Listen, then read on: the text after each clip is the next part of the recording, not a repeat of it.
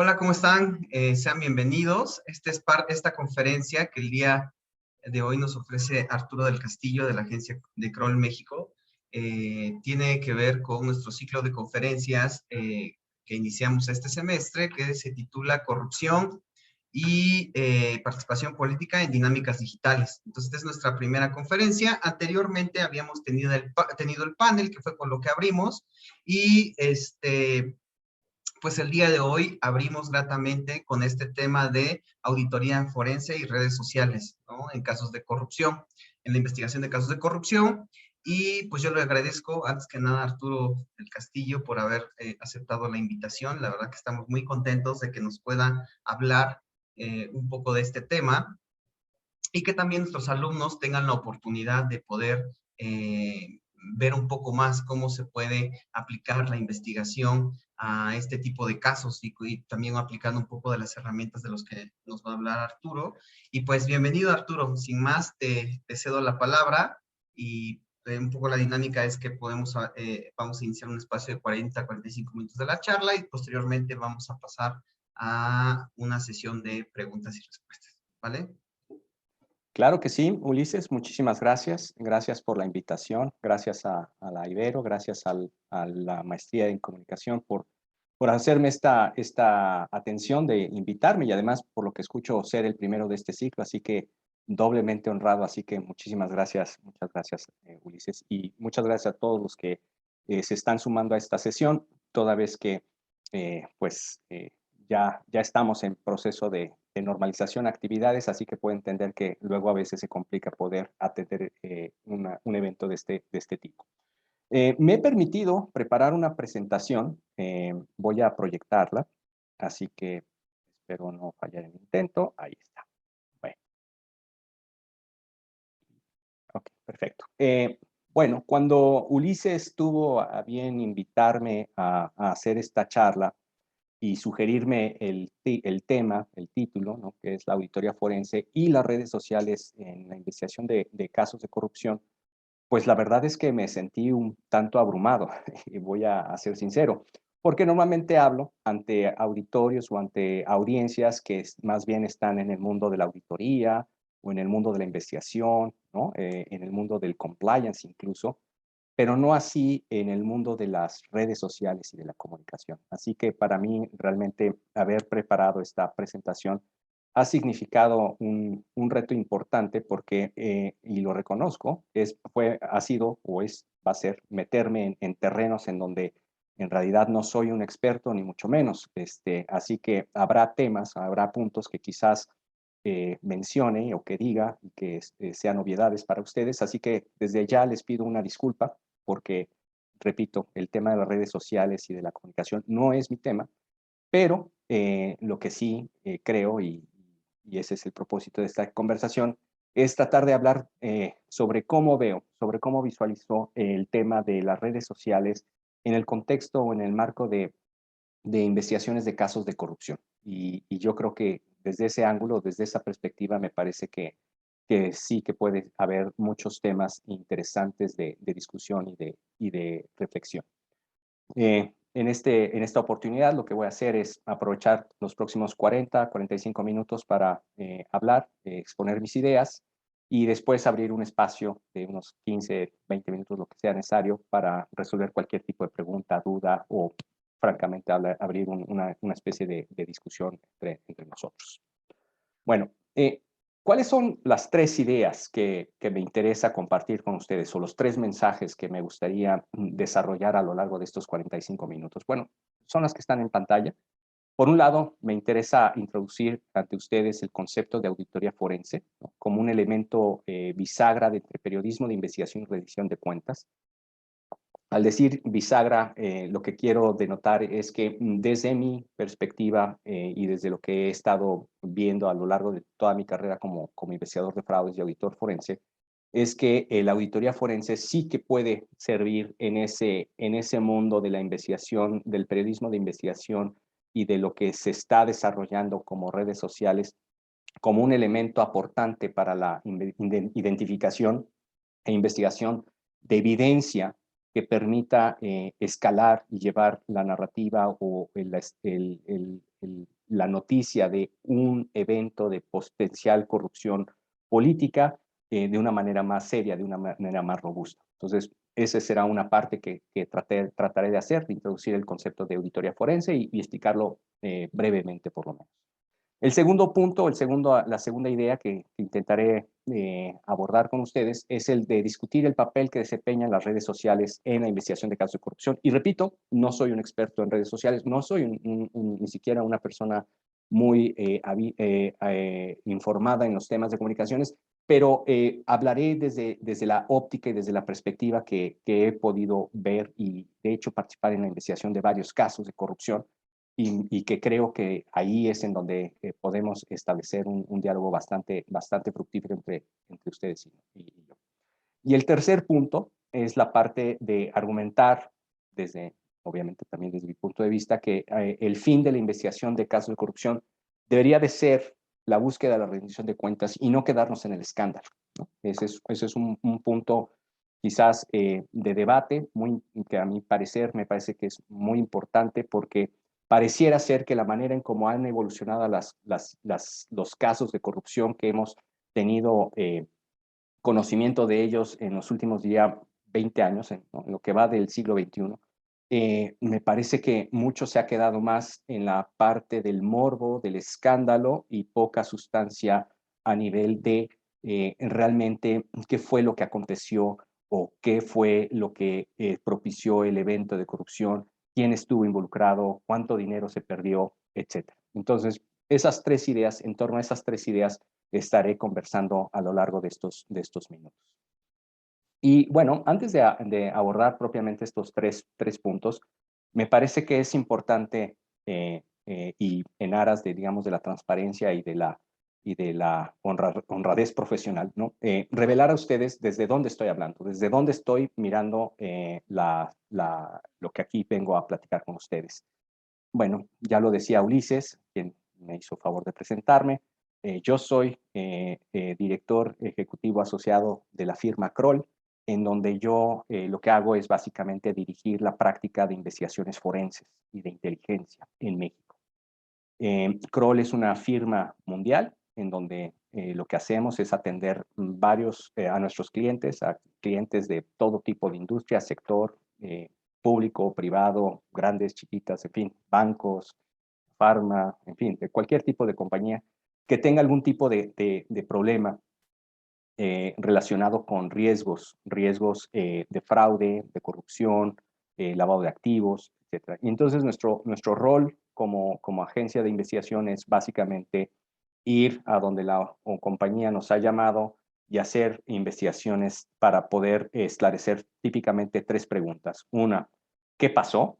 ¿No? ¿Qué tipo de situación sucedió y qué controles se violaron dentro del contexto de un negocio, de un producto, de un servicio que se está prestando al interior de esa compañía que nos ha llamado?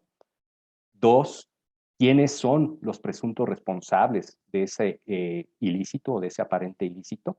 Y para eso usamos técnicas de investigación de todo tipo que van desde la auditoría forense, que será materia de lo que aquí voy a platicar, hasta investigación pura y dura, ¿no? Kroll surgió como una agencia de investigadores privados allá en los principios de los años 70 del siglo pasado y ha venido evolucionando y en el camino ha incorporado muchas técnicas. Entonces, nuestras investigaciones tienden a ser bastante multidisciplinarias para justamente poder esclarecer quién pudo eventualmente haber sido copartícipe de los eventos o de las irregularidades que nos piden investigar. Y tres, la tercera pregunta que típicamente nos piden revelar es el daño económico que se le ha causado a la empresa o a la compañía o a la organización que nos está contratando. Y en ese sentido, pues hemos colaborado en varios casos importantes, en varios casos que incluso han sido motivo de noticias y de discusión pública, como algunos de los que aparecen en pantalla.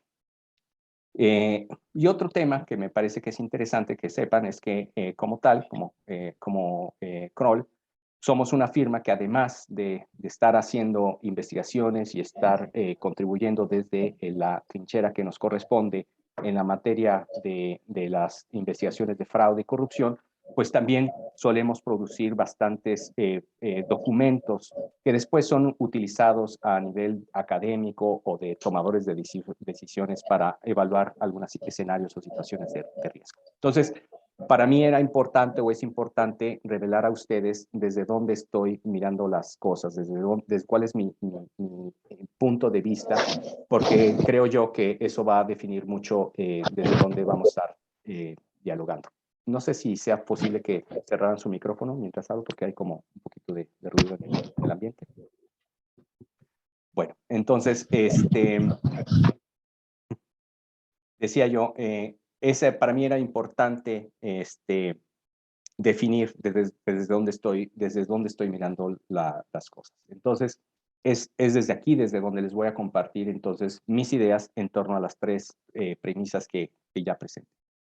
Bueno, vamos por partes, vamos a tratar de entendernos y vámonos un poco a desgajando los temas. Toda vez que lo que aquí trato de hablar es sobre cómo la auditoría forense contribuye al análisis o a la investigación de casos de corrupción en un contexto de redes sociales, me parece que es importante ir definiendo estos tres conceptos mínimamente para que podamos tener un diálogo más o menos ordenado. Entonces, el primer concepto que me gustaría compartir con ustedes es el concepto de corrupción, ¿no? Es un concepto de estos bisagra en donde suele incorporarse muchas ideas y se describen muchos eventos, a veces pues francamente inconexos o distintos o disímbolos.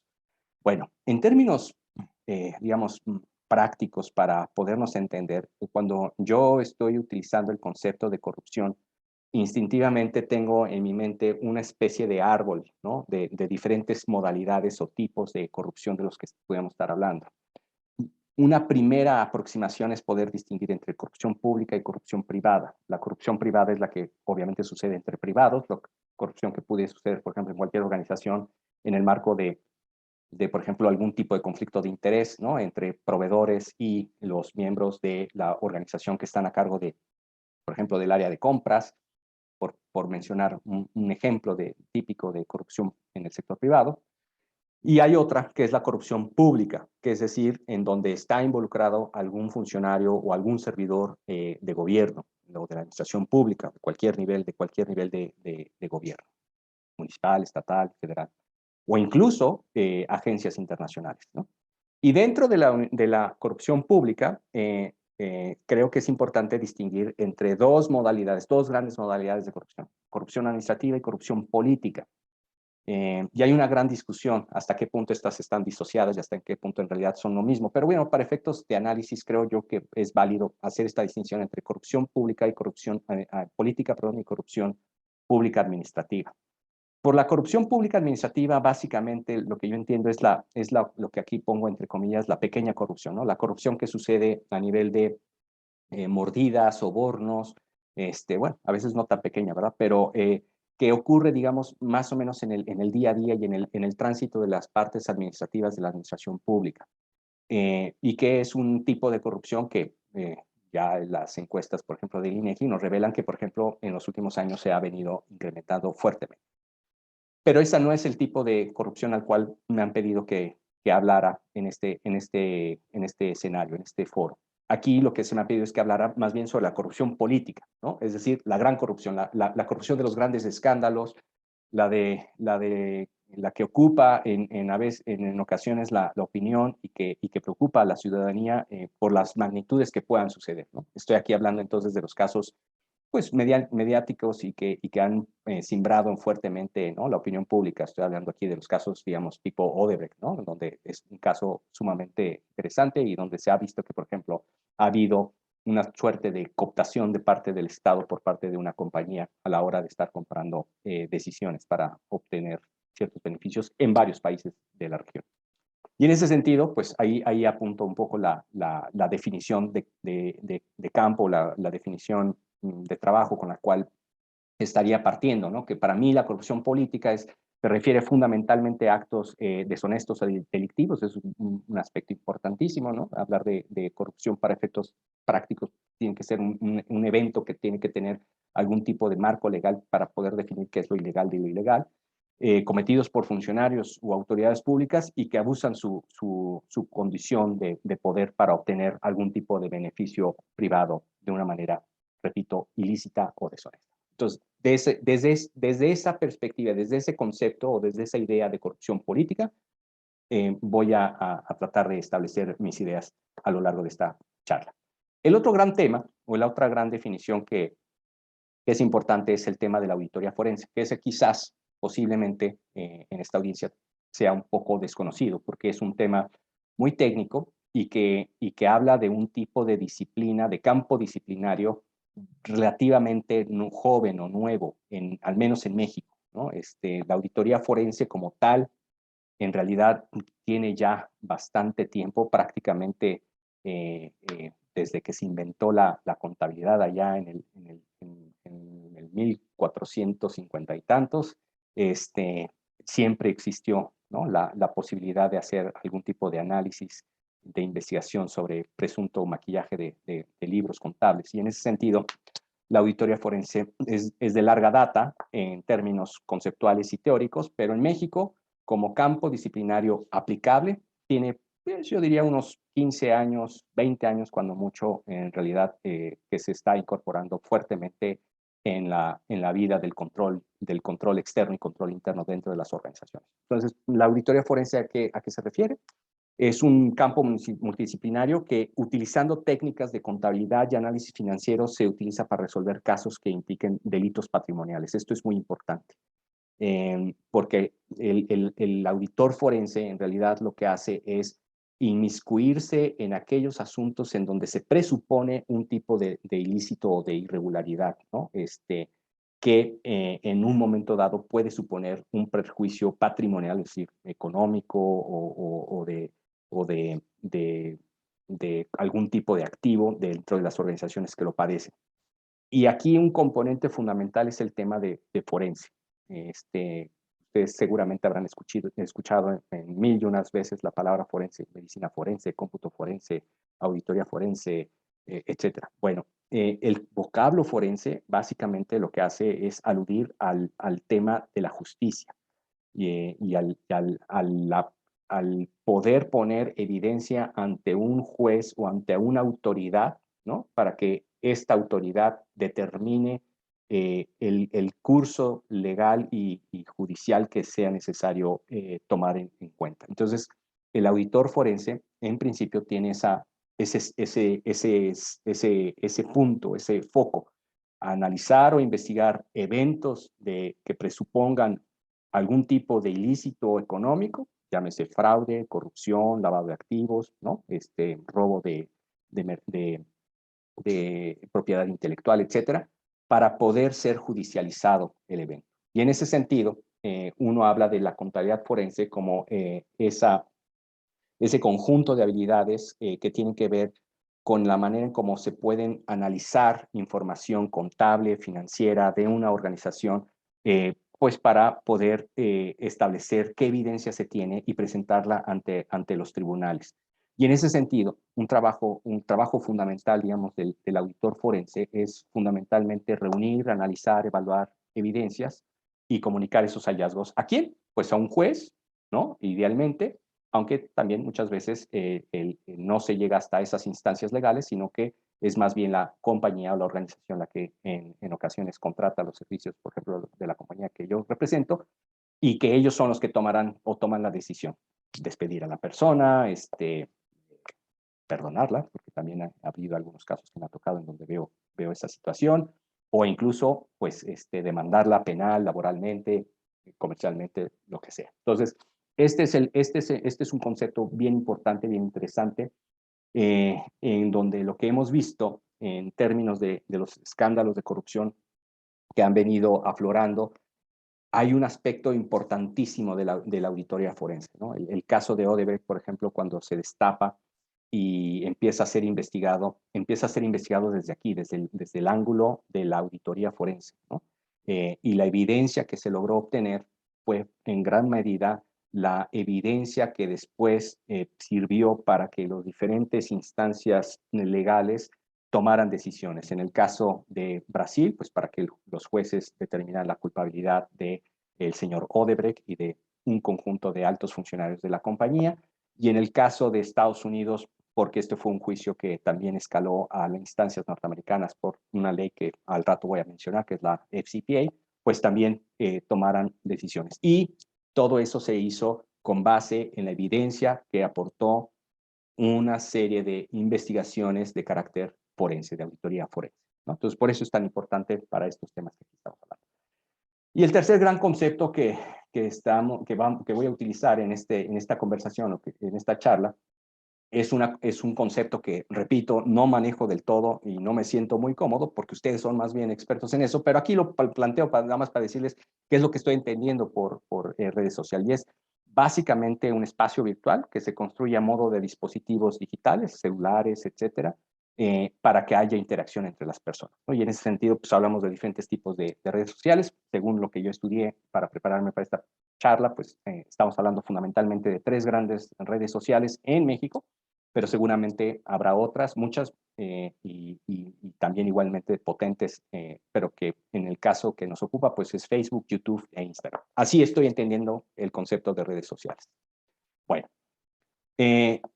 déjenme contarles una historia de cómo el periodismo de investigación se ha podido aprovechar de una manera muy efectiva de las herramientas de la auditoría forense para incidir en casos concretos, ¿no? Y déjenme presentarles a una de mis heroínas favoritas. Es Bethany McLean, es la persona que ven en pantalla. Es una profesional, una periodista muy, muy destacada. Mucha gente quizás no la conozca, tal vez ustedes sí, porque están en el mundo de la comunicación y el mundo del periodismo de investigación, pero para los que no sepan, esta dama, esta persona, lo que hizo ni más ni menos fue destapar el famosísimo caso de Enron.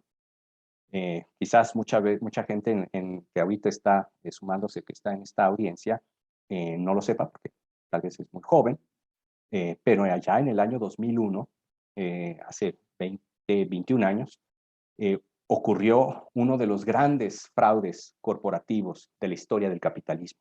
Quizás uno de los más sonados, al menos en términos de las consecuencias que tuvo para efectos, digamos, de cómo sucedieron los eventos y de cómo impactó eso el mundo de los negocios a nivel global. Y la persona que hizo posible todo ese descubrimiento de ese escándalo fue ella, fue Bethany McLean. Y entonces me ha parecido interesante traerla como un ejemplo o como un caso específico, concretito, que me permita idear o engarzar estas 3 ideas que he estado tratando de esclarecer con ustedes. Corrupción, auditoría forense, redes sociales. Bueno, Bethany McLean, repito, es una periodista, tiene varios libros. Estos son los 3 libros quizás más famosos de ella, pero me quiero remitir a lo que ella hizo para efectos de resolver el caso de Enron. Nada más para efectos, digamos, de que ustedes lo tengan un poco el contexto. Hacia el año 2000, 1999, 2000, la compañía Enron era la 7ª compañía más grande del mundo. Solita, la compañía solita generaba en libros lo equivalente a la economía de California. Era un monstruo de compañía. Y en el año 2001, en el fatídico año del 2001, recordemos que en septiembre del 2001 sucedieron los ataques terroristas en Nueva York. Y en noviembre, en pocos meses después, vino el famoso escándalo de Enron. Entonces, a veces el caso de Enron, salvo que estés en el mundo de los negocios, no se escucha tanto, no se habla tanto de él porque es opacado por esa otra gran tragedia que fue el ataque terrorista, pero en su momento fue un evento muy importante, muy, muy devastador porque realmente cambió las reglas del juego en el mundo de los negocios. ¿Y todo por quién? Por esta persona. Entonces, déjeme ocupar muy rápido, unos minutos nada más para explicarles rápidamente cómo esta persona descubrió que Enron, la 7ª compañía en ese momento en el mundo, en realidad era un fiasco. Ella lo que hizo, ella era una periodista externa, no tenía acceso a la información interna de la organización, pero no obstante que no tenía acceso a la información, lo que hizo fue leer la información que estaba revelando, la información que revelaba de manera voluntaria la compañía Enron. Y ella lo que hizo fue hacer un análisis longitudinal, ¿no? de diferentes años para ver la evolución del caso de Enron. Ella, en uno de los libros, en este libro que dice The Smartest Guys in the Room, en ese libro ella narra que en un buen día estaba mirando varios datos de las diferentes compañías de las listadas en la 500 Fortune, que es una lista de mucho prestigio en el mundo de los negocios, y empezó a ver una serie de tendencias que no le hacían sentido. Entonces empezó a compilar la información, la empezó a poner en su computadora, en su Excel, etcétera, y empezó a mirar los datos y empezó a cuestionar los datos desde una perspectiva inquisitiva. Y eso es en esencia la auditoría forense, es mirar los datos con manera inquisitiva, interrogar los datos, y muchas veces los datos te revelan mucha información de la que no se te dice en la narrativa, ¿no?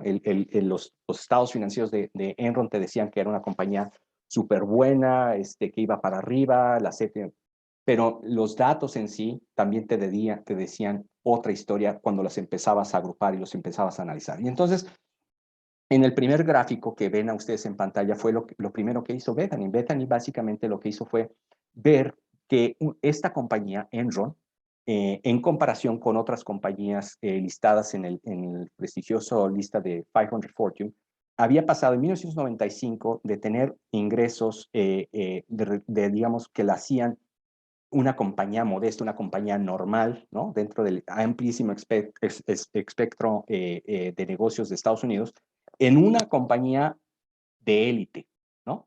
Y todo eso en un lapso de 5 años. Eso fue algo que le empezó a llamar muy poderosamente la atención. Entonces, en el segundo gráfico, lo que ustedes pueden ver es que observó que el tránsito de los ingresos que reportó Enron del año 1999 al año 2000 significó un brinco del 151%, que en comparado con lo que había reportado compañías similares o del mismo nivel o del mismo calado que lo que era Enron, veía que ninguna compañía había tenido esas tasas de crecimiento tan espectaculares, ¿no? El más grande había sido el grupo Citi con el 36%, pero incluso General Motors había tenido un decrecimiento. Y sin embargo, esta compañía había tenido ese brinco tan tremendo del 151%. Esos comportamientos, cuando uno está haciendo auditoría forense, esos comportamientos de pico son totalmente atípicos y hay que investigarlos porque algo raro pudieran tener. Puede ser que en el camino te encuentres una explicación razonable. En este caso, como Bethany lo ha explicado en su libro, no. Cuando ella empezó a ver estos datos y empezó a interrogar a los directores de la empresa, pues obviamente se encontró primero con una completa barrera, después una desinformación e incluso después un poco amenazas. El tercer elemento o el tercer ejercicio de análisis que hizo Bethany fue mirar cómo se había comportado la organización en términos de los ingresos y la utilidad neta, para que nos entendamos.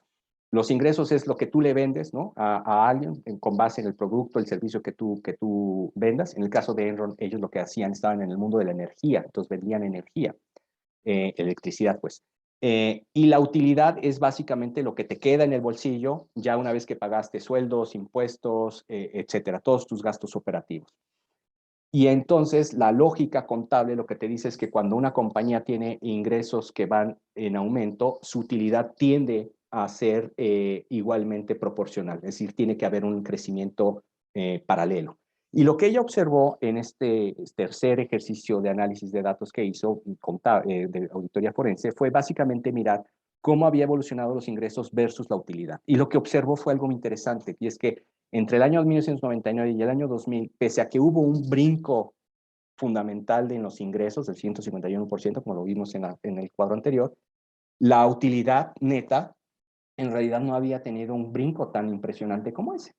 Y eso es absolutamente también anormal. Entonces empezó a tener como una serie de focos rojos diciendo, esto huele rarísimo. Pero ya, digamos, en donde terminó de convencerse que lo que estaba viendo era un fraude y no otra cosa, fue cuando hizo el análisis de decir, bueno, ¿cuánto tiempo se tardó Enron de pasar de ser una compañía modesta a estar en el selectísimo club de los multimillonarios, de las compañías multibillonarias del 500 Fortune?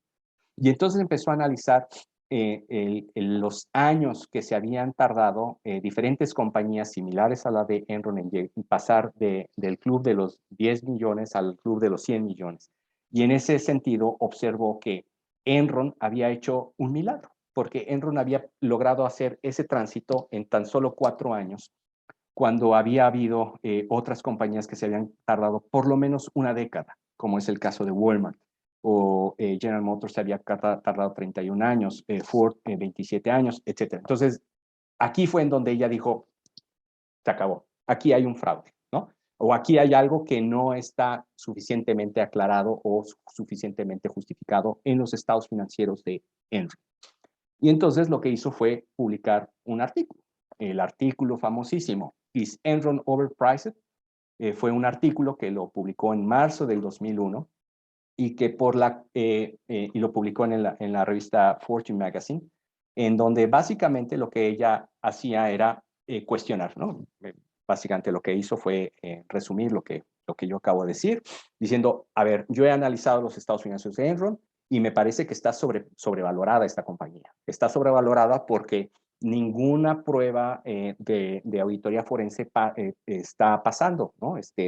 Vemos una serie de irregularidades muy fuertes. El resultado de esa publicación fue obvio que la autoridad norteamericana, en este caso la SEC, la Security Exchange Commission, que es, digamos, el equivalente a la Comisión Nacional de Valores norteamericana, inició una investigación que decantó en una investigación profunda y resultado de ello, hacia noviembre se declaró la compañía Enron, se declaró en bancarrota. Y obviamente empezó uno de los juicios más polémicos, más importantes, más interesantes en el mundo de los negocios en términos de corrupción, a lo que corrupción se resuelve. Cabe decir, ¿no? Y meramente anecdótico, pero interesante saberlo, que Jeffrey Skilling, quien era el director general de la compañía, es el personaje que está ahí en la fotografía, apresado. Él estuvo en la cárcel, fue condenado a 24 años, pero en realidad nada más pasó 14 años. Ya fue liberado, de hecho fue liberado hace 2 años. Tuve la oportunidad de conversar con él y ahora se dedica a dar clases de español, por cierto. Cliff Baxter, él era el auditor interno, él no aguantó la presión y se suicidó. Ahí ven un recorte de su carta de despedida, de suicida. Y Andrew Fausto, quien fue el cerebro contable de este fraude, también fue arrestado y estuvo 20 años en la cárcel. Hoy día se dedica a dar charlas de ética en los negocios. Bueno, estos personajes son digamos, las consecuencias puntuales, ¿no? de este caso en el que, digamos, una periodista de investigación aplicando técnicas de auditoría forense logró hacer un impacto significativo en la opinión pública y sobre todo en los tomadores de decisión de las autoridades para cometer este caso y hacerlo judicializable y terminar en este punto, ¿no? Desde mi punto de vista, este es como el arquetipo de lo que debería de suceder en esta materia de investigación, de periodismo de investigación, utilizando técnicas de auditoría forense como las que traté de describir hace rato. ¿Qué elementos nos deja o nos permite ver este pequeño caso que acabo de resumir? Bueno, nos permite varias cosas, pero si tenemos que hablar en materia de corrupción o de casos, digamos, de escándalos de crímenes económicos, como puede ser la corrupción o el fraude en este caso, como el caso de Enron, creería yo que ese caso nos permite identificar cuando menos que los sistemas de rendición de cuentas efectivos deben de contemplar 4 grandes elementos mínimos, básicos, fundamentales para que realmente esto funcione, o si no, será un cuento de hadas, que es, primero, pues tiene que haber un marco jurídico, ¿no? Tiene que haber una ley que te permita determinar cuándo una acción se convierte en ilegal y por tanto punible, ¿no? Segundo, tiene que haber una investigación. En este caso, Bethany obviamente lo que hizo fue lanzar las alertas de alarma. Ella fue la que se tomó la iniciativa de mirar y decir, aquí hay algo malo. Y ya obviamente quien hizo la investigación fue la SEC. El tercer elemento es obviamente tiene que haber autoridades independientes que lleven un juicio de acuerdo con, ¿no? con el marco legal vigente y que hagan justicia. En este caso pues, hubo condenados, Enron dejó de existir, pero no solamente Enron, por cierto, nota de pie de página, en el camino se llevaron entre las patas al quien era el auditor externo, Arthur Andersen. Antes había una colección, digamos, un grupo muy selecto de compañías auditoras externas en donde Arthur Andersen jugaba un papel, desempeñaba un papel muy importante y desapareció. Entonces, tiene que haber un elemento de juicio. Y tercero, tiene que haber un llamado a la acción, que es lo que hizo Bethany, y que es en donde yo creo, o es en donde yo veo, ¿no? En muchos de los casos que atiendo y que hemos atendido en Kroll, tiene mucho que ver con las redes sociales. Es decir, cuando alguien visualiza, ve algo que no está, que no es claro, que no pinta bien, hace un análisis medianamente bien informado, o no medianamente, sino bien informado, documentado, con una estructura clara y lo presenta, ¿no? Es el llamado a la acción. Y ahí es en donde yo creo, ¿no? Entonces, en donde las redes sociales sí que están jugando, sí que están desempeñando un papel sumamente importante. Y yo sé que esto para ustedes sonará una obviedad, pero desde este otro ángulo, desde de los que no estamos metidos netamente en el ámbito de la comunicación y del periodismo, pues para nosotros sí es como una suerte de novedad. Y en ese sentido, eh, lo que a mí me gustaría destacar es lo siguiente. Está claro que las redes sociales actualmente están desempeñando un importante papel para resolver y para evidenciar delitos de carácter económico, como puede ser la corrupción política, ¿no?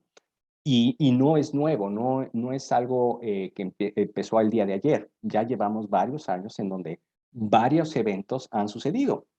Por poner mencionar solamente algunos ejemplos, el tema de la Casa Blanca, el tema de la Casa Gris, el tema de las toallas de PEM, el Pemex Toallas Gate, o ya no me acuerdo cómo se llamaba, etcétera. Son casos en donde claramente las redes sociales jugaron o desempeñaron un papel importantísimo. ¿Y por qué es eso? Pues ustedes serán los más versados que yo, pero me da la impresión que eso tiene que ver por el dinamismo con el cual la información puede ser transmitida de una manera bastante rápida y casi de manera directa y en tiempo real, ¿no? Ahí tenemos al chico que hace su programa y en ese programa anuncia una investigación y ¡pum! Suelta la información, suelta el video, suelta las copias de los contratos o las copias de los recibos de nómina, etcétera, y se vuelve una nota, una noticia. En ese sentido, lo que yo trato de argumentar, o lo que estoy tratando de argumentar con esto, es que estas investigaciones, que en realidad son una suerte de voz que debería, o que en el ideal, como en el caso de Bethany McLean, detonan un ejercicio de rendición de cuentas, debería de estar apoyado en ejercicios serios, robustos de investigación. Y ahí es en donde yo creo que la auditoría forense tiene mucho que decir. Si me lo permiten, aquí mi querido Ulises y la Universidad Iberoamericana, lo digo con muchísimo respeto, pero por ejemplo, creía yo que sería interesantísimo que a los futuros periodistas que se están formando en esta casa de estudios, en esta prestigiosísima casa de estudios, tuvieran cursos específicos de contabilidad forense y de análisis de estados financieros, por aquellos de los que se quieran empezar a perfilar en ese tema, o incluso de investigación de campo, porque de esa manera estos profesionales podrían empezar ¿no? a complementar sus habilidades profesionales que en su momento les permitan detonar de una manera más rápida, más fuerte, más contundente sus investigaciones. ¿Y por qué lo digo esto? Porque desde mi perspectiva, pues claramente el asunto a veces se se queda meramente en el escándalo, ¿no? En el morbo, en el ruido de la conversación, y no decanta, no cae en una investigación seria necesaria, que detone realmente una rendición de cuentas. Ahora, claramente eso es en el ideal. En el caso mexicano, ¿no? Porque al final del día, en un momento hay que aterrizar en el contexto y en la sociedad específica en la que estás trabajando, pues claramente en México no hay las condiciones, ¿no? No hay de estos 4 elementos, yo diría que no existen los 3 primeros todavía. Hay indicios, hay esfuerzos, pero no hay un sistema decantado, maduro, efectivo de rendición de cuentas. Y eso hace, ¿no? Que muchas veces, pues, el tema de la persecución de casos de corrupción dados a conocer o detonados por una investigación de periodismo de investigación, pues no terminan de decantar. El caso Odebrecht quizás sea el más elocuente para lo que aquí estoy diciendo.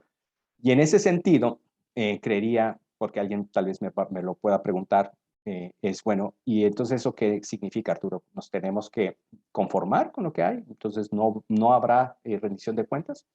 Yo creo que no. Yo creo que en ese sentido hay una serie ya de elementos a la disposición de la gente, a la disposición de los periodistas de investigación y del público en general, que hacen posible presuponer que hay eventos de corrupción que sí que pudieran judicializarse, quizás no en México, pero sí apelando a instancias extraterritoriales o internacionales. En concreto, a la famosa ley de Americana Anticorrupción, la Foreign Corrupt Practice Act, que es la que estaba mencionando hace rato. Esta ley, y no los aburro mucho, esta ley es poderosísimamente, muy poderosa, es muy fuerte, porque muchas compañías que son mexicanas, que operan en México, que tienen negocios en México, les aplica la ley americana anticorrupción y a veces ni siquiera están por enterados. ¿Por qué? Porque la ley americana básicamente lo que hace es que obliga a toda empresa y ciudadano norteamericano y a toda empresa, independientemente de su origen, pero que está registrada en el mercado de valores, que están sujetos a esta ley, a esta norma. Y no solamente ellos, sino todas sus subsidiarias y toda su cadena de valor. Y entonces, por efectos de con quién estás trabajando, te aplica esta ley. Entonces, si tú eres un distribuidor, digamos, de Walmart, pues tú estás bajo la regulación de la FCPA. Entonces, si tú haces una fechoría, haces un pago de sobornos, te pueden aplicar la FCPA. Y ese es, por ejemplo, lo que algunos reportes recientes relacionados con la famosa Casa Gris han tratado de hacer, ¿no? Empujar la discusión, empujar la evidencia hacia ese punto, hacia hasta qué punto una compañía petrolera que está claramente regulada bajo la FCPA había cometido o ha cometido o no un problema de presunta corrupción política o pública, perdón, como lo define la FCPA. Entonces, mi argumento es sí, ante la carencia y la ausencia de un sistema de rendición de cuentas fuerte, sólido, maduro en México, creo que hay una alternativa, que es la parte internacional. Yo sé que eso no es políticamente correcto, es de una perspectiva, digamos, de patriótica, pero es lo que es. Bueno, antes de terminar, no me podía quedar sin decir esto. Si bien las redes sociales, en el marco, en el concepto, en el contexto de investigaciones de casos de corrupción, funcionan fundamentalmente como cajas de resonancia para esparcir la alerta, la acción, la voz, ¿no? Como lo acabo de más o menos tratar de explicar hace un minuto. También es cierto que las redes sociales en el ámbito, en el campo de la investigación de forense, también son fuente misma de evidencia, ¿no? Cuando nosotros estamos haciendo, por ejemplo, una investigación de fraude, ¿no? En una compañía, y tenemos a 1, 2, 3 personajes que pensamos puedan estar implicados, un tipo de actividad normal, o sea, es de cajón hacerlo, es hacer un perfilamiento, es decir, analizar quién es esa persona, buscar información sobre esa persona para ver qué tipo de relaciones o qué tipo de contactos puede haber en sus redes sociales. Y muchas veces, pues la información más provechosa para el contexto de una investigación en donde encontramos mucha evidencia, pues a veces no es tanto de la persona en sí o del individuo que estamos investigando, porque obviamente mucha gente ya a estas alturas de la vida se la sabe, entonces no postea muchas cosas en sus redes sociales, etcétera. Pero entonces lo que normalmente se hace es tratar de mirar no a ese individuo, sino a la gente que lo rodea. Entonces, si es un individuo en donde, por ejemplo, tiene hijos adolescentes, híjole, los adolescentes son buenísimos, nos revelan muchísima información porque les encanta postear todo, ¿no?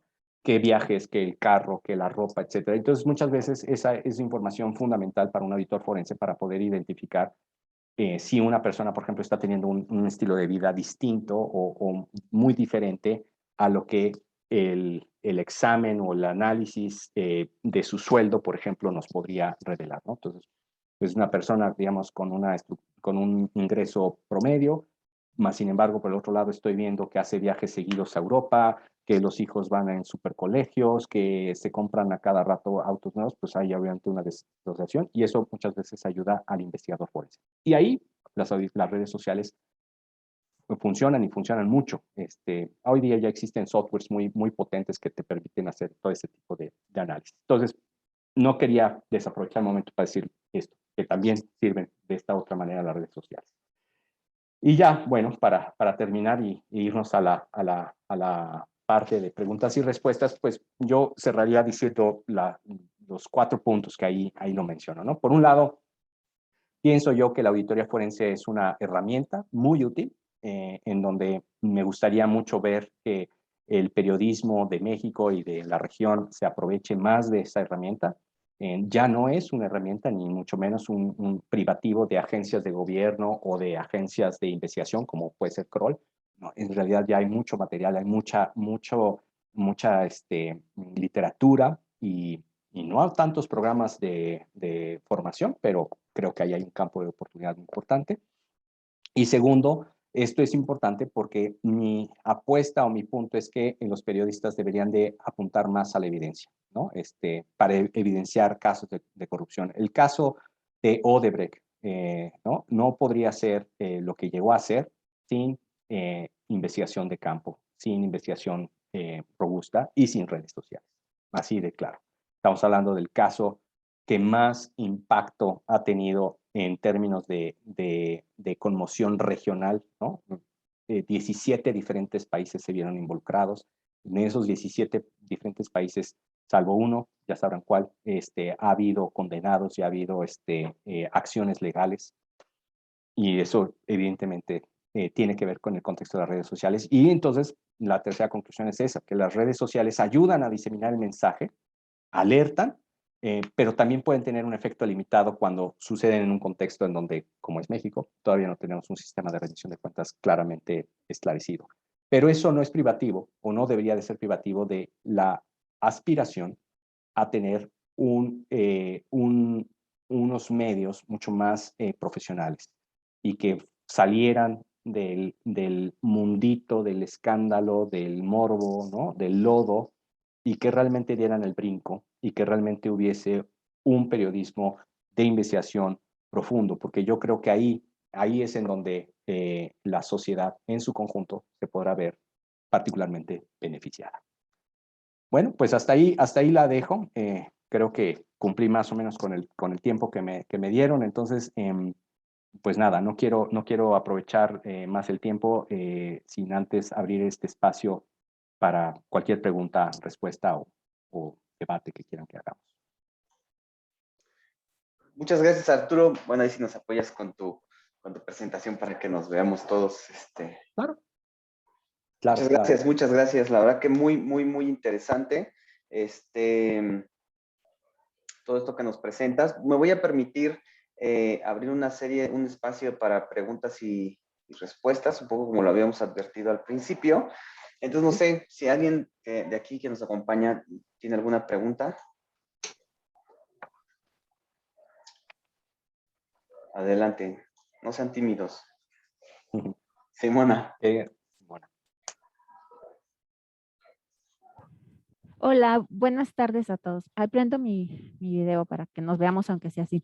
Yo tengo gracias Arturo por estar. Y Sí. me parece muy interesante y me surge la duda sobre esto último en el caso de México, que el impacto de estos escándalos de corrupción, pues sí, son mediáticos y hasta por redes, pero no pasa nada. ¿Crees que en buena parte, te lo quiero preguntar desde tu mirada, cuál es tu opinión? Si tiene algo que ver la alfabetización mediática en todo este proceso, porque, pues, no sé, por ejemplo, teniendo como referencia la cachetada de Will Smith con Chris Rock, ¿no? Sí.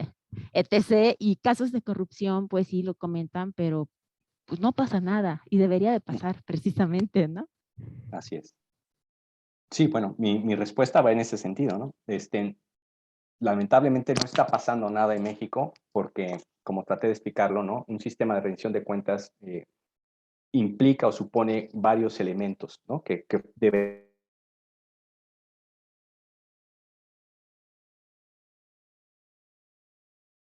¿Se fue o soy yo? Ya no sé. No, sí, Ah, tienen ok. problemas con su internet.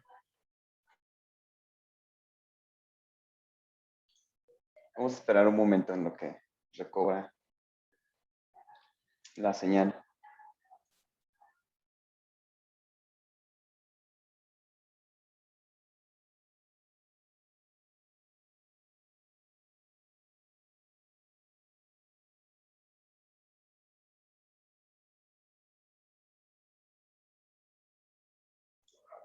En estos momentos el Zoom debería tener como la opción de que pongas una musiquita, ¿no? Así en lo que Como el teléfono. sí, que sigue así como cuando te dejaban esperando, ¿no? Ahí debería tener. Ta, tarara, ¿no? Pues, ahorita ya viene Arturo. Yo creo que debe tener ahí algún tema con su internet, pero esperemos. Les quiero agradecer a todos que vinieron a la charla. Muchas gracias por estar aquí.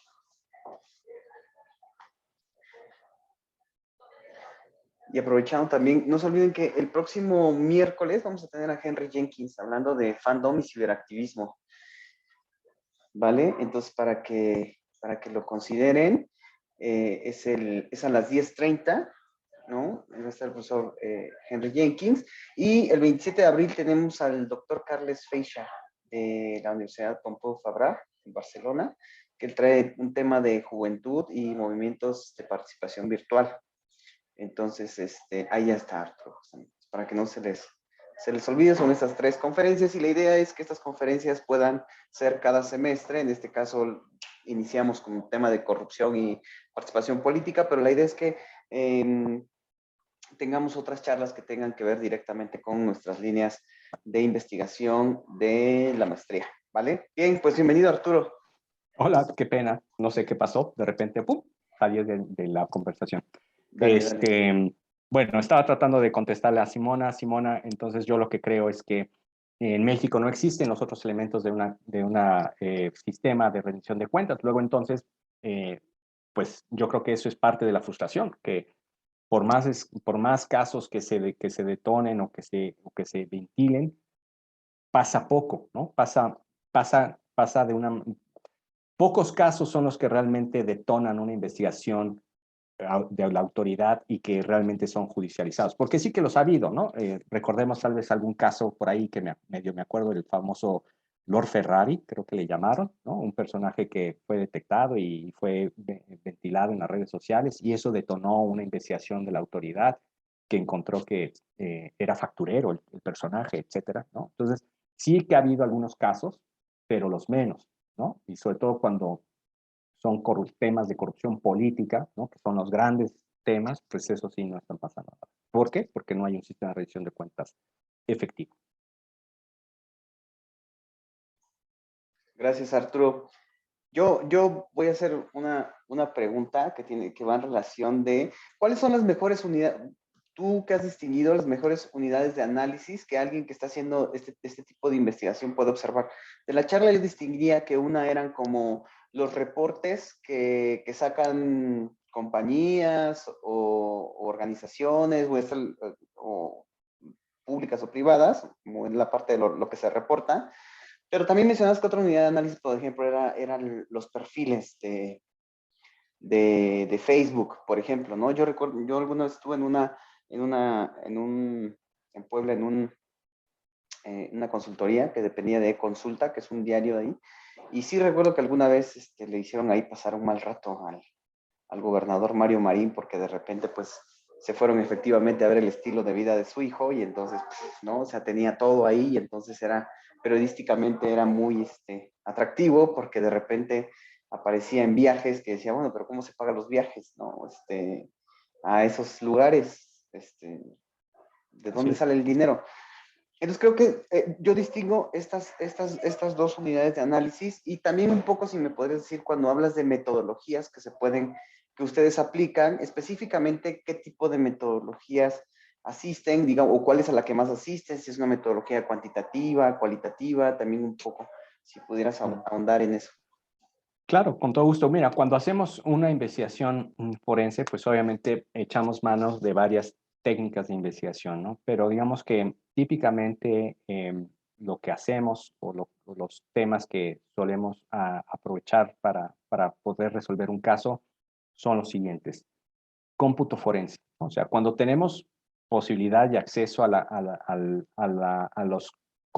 computadoras o a los teléfonos que utilizan los empleados dentro de una organización y que son propiedad de la compañía, pues obviamente los aprovechamos. Entonces, por ejemplo, cuando nos contrata una empresa o un abogado porque su compañía o su representado está siendo investigado, está siendo acusado de, por ejemplo, prácticas monopólicas, ¿no? Esto es que se ponen de acuerdo con sus competidores para fijar precios, que es un delito. Entonces, ahí lo que hacemos siempre es tratar de hacer un análisis expansivo de toda la comunicación que ha tenido los responsables, por ejemplo, de estrategia de mercado de esa compañía con sus competidores para poder escudriñar y poder identificar si hubo o no hubo ese tipo de acuerdos. Y hoy día, pues obviamente no solamente es el correo, es el WhatsApp, es el Instagram, es toda esta historia. Entonces, una técnica que usamos es el cómputo forense, que es hacer una copia de la computadora, bit by bit, de todo lo que sucede en esa computadora, del disco duro. Cuando una persona borra algo dentro de su computadora, en realidad no borra nada. O sea, lo que pasa en las computadoras es que la información se va sobreescribiendo. Entonces, cuando tú haces una copia forense, es decir, exacta de todo lo que hay ahí dentro de esa computadora, luego por procedimientos, por softwares muy robustos de cómputo forense, lo que puedes hacer es rescatar toda esa información. Y entonces puedes obtener correos electrónicos aún cuando estuviesen borrados, o puedes encontrar información de qué páginas web estuvo visitando, ¿no? Los archivos que estuvieron algún día o que existieron en algún momento en esa computadora, etcétera, etcétera. Entonces, esa es una herramienta poderosísima de investigación. Otra herramienta poderosísima de investigación tiene que ver con el análisis cuantitativo de los datos, ¿no? O sea, un poco como lo que hizo Bethany McLean, pero desde una perspectiva ya más interna o más masiva. Jalamos la información de las compañías que estamos investigando y empezamos a analizar tendencias, porque eso obviamente nos permite concentrarnos o poder ir perfilando cuáles podrían ser las casuísticas de la corrupción o del fraude o de lo que estamos investigando. Esa es una segunda técnica. Y técnicas más cualitativas tiene que ver con el entrenamiento que recibimos para hacer una entrevista forense. Cuando tú estás entrevistando a una persona, tú en realidad le estás entrevistando, pero no solamente te estás quedando con lo que te dice, con la narrativa. Lees a la persona, ¿no? Lees su cuerpo, lees su lenguaje corporal, si se pone nervioso, si baja el tono de voz, si repite las preguntas, hacia dónde mira, cómo pone las manos, cómo cruza las piernas. Todo eso es información fundamental para cuando estás haciendo una entrevista forense. Entonces, esa es también una técnica importantísima. Otra técnica de investigación, pues es el análisis de perfiles, ¿no? Mucha gente, a ver, les voy a revelar un tip. Cuando nosotros hacemos una investigación, por ejemplo, de fraude en una compañía, una de las primeras cosas que pedimos es el expediente de recursos humanos de esa persona. Y ustedes preguntarán por qué. Pues porque ya les dije hace rato, lo que tratamos de hacer es buscar en las redes sociales información que nos pueda ser útil para seguir alguna línea de investigación, pero no solamente viendo a esa persona, sino tratamos de ver a las personas que lo rodean, esposa, hijos, no sé, mamá o lo que sea. Y ustedes me preguntarán, bueno, ¿y de dónde sacan esa información? Pues porque pues, no es que uno vaya por la vida diciendo, pues bueno, tal vez con tu círculo de amigos sí, pero no es algo que lo encuentres de una manera fácil. Sí y no. En donde lo puedes encontrar esa información es en la póliza de seguros de gastos médicos. Normalmente la persona va a inscribir en su póliza de seguros de gastos médicos mayores a sus beneficiarios. Y normalmente sus beneficiarios son las personas con las cuales realmente tiene cierta cercanía emocional, ¿no? O familiar, digamos, ¿no? Entonces ahí pones los nombres de tu esposa, ahí pones los nombres de tus hijos, ahí pones... Y son normalmente nombres completos. Y eso es muy importante. Porque entonces ya con ese nombre podemos empezar a hacer una búsqueda mucho más decantada y mucho más perfilada de a ver, y si tenemos la fortuna de que este personaje tiene hijos de adolescentes, pues créanme que vamos a encontrar mucha información porque los adolescentes son muy descuidados. Entonces, tratando de dar respuesta a tus preguntas, es esa, un poco la colección así rápida que se me vino a la mente de las técnicas que usamos. Muy bien. ¿Alguien más tiene alguna duda, alguna pregunta? ¿No? Bueno, Arturo, pues yo te quiero agradecer mucho tu tiempo. La verdad que ha sido una magnífica charla. Nosotros también aquí en nosotros, justamente parte de que intentemos ahora, que es un poco el ejercicio, mezclar como esta parte práctica con también la parte de investigación, es que nosotros también podamos afinar esta visión sobre nuestros objetos de estudio y que también esto nos sirva como mucho en el ámbito incluso profesional. Realmente nuestros alumnos en maestría, por lo menos en maestría, tienen esta doble salida, es decir, en el doctorado es netamente investigación, ¿no? Pero en la maestría tenemos esta parte de que nuestros alumnos se pueden decantar por dos vías, o se dedican a la parte muy profesional, ¿no? Al ejercicio de lo que pueden aprender aquí, o continúan sus estudios en un programa de doctorado. Cualquiera de las dos vías, la idea es que nosotros podamos tener como estas perspectivas un tanto más aplicada y que nos ayude como a perfeccionar la mirada sobre esos fenómenos que estamos observando. Y también lo otro que tiene que ver con la investigación en sí misma, ¿no?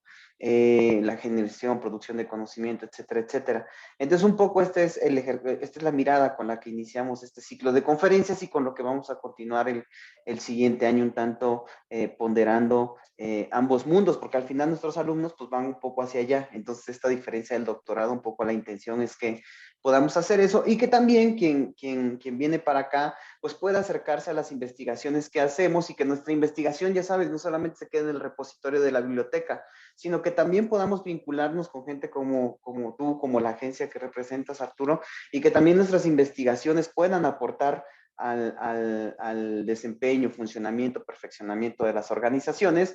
Entonces también tómanos como una referencia porque generalmente producimos mucho conocimiento que yo creo, y la idea es empatar estos mundos y que considero que eso puede también ayudar al perfeccionamiento no solamente de nuestros objetos de estudio, sino también que podamos hacer esa vinculación que ayude a las organizaciones, tanto públicas como privadas, pues a que ese conocimiento no se produzca y se quede en la biblioteca, ¿no? Claro. Entonces, yo te agradezco mucho, Arturo, eres bienvenido. Ojalá después podamos hacer una charla un poco más profunda sobre estos temas, sobre todo esta vinculación del periodismo con la auditoría forense, que se me hace muy interesante. Y pues les quiero agradecer a todos que hayan estado aquí, que se han dado la oportunidad de poder entrar a esta conferencia. Recuerden que los esperamos